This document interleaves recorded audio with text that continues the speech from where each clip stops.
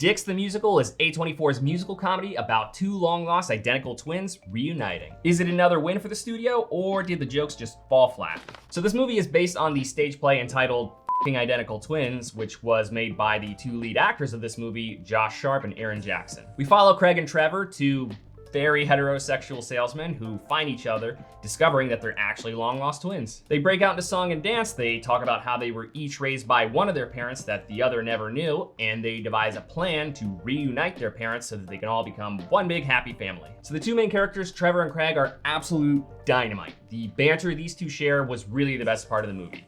Their presence is very theatrical, so when they would then occasionally break away from those theatrics, the comedic effect would always get me. The first act of this movie was absolutely killer. The musical numbers were all fun, and the jokes were all mostly really funny. It's all really offbeat, kind of cheesy, mildly absurdist humor, which I thought worked really well in the form of a musical. Then about 20 minutes into the movie, they cue in the parents, and boy did it fall off hard.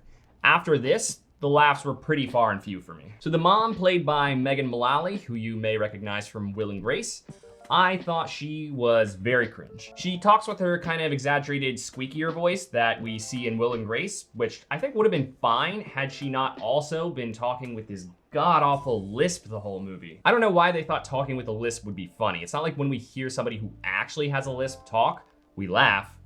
I'm not saying that it's not funny because it's offensive. I'm saying it's not funny because it's just not funny. And honestly, it was just overly done and pretty annoying. So the mom was cringy, and then comes the dad, who was fine, but he unfortunately came with these two. Oh my God, these two made me very uncomfortable. If just seeing them on screen right now makes you uncomfortable, you're in for a ride. Megan Thee Stallion is in this movie.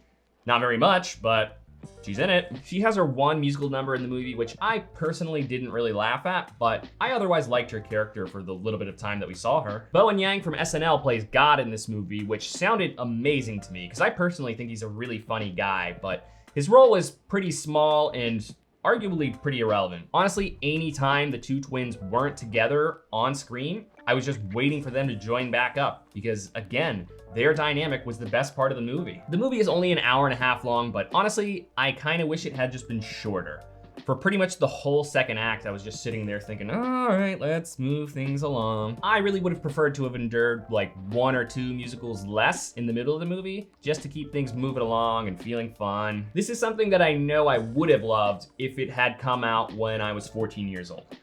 I'm not saying that it's exclusively for kids, but I think that this movie will probably do better with teenagers who watch South Park. When it stops being funny, it honestly just kind of feels like a long episode of Family Guy. Like, it's watchable and keeps your attention, and it's kind of humorous, but I'm not audibly laughing, and really I'm just thinking about how much better I could be spending my time. Honestly, I think the movie was fine because no comedy film stays funny for the entire movie.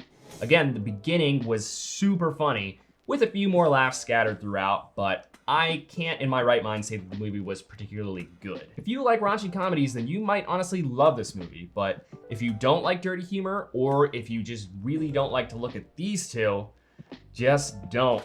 Thank you for taking the time to watch this video. If it brought you any value at all, or if you found it entertaining, please consider giving it a thumbs up. It really does help the channel grow.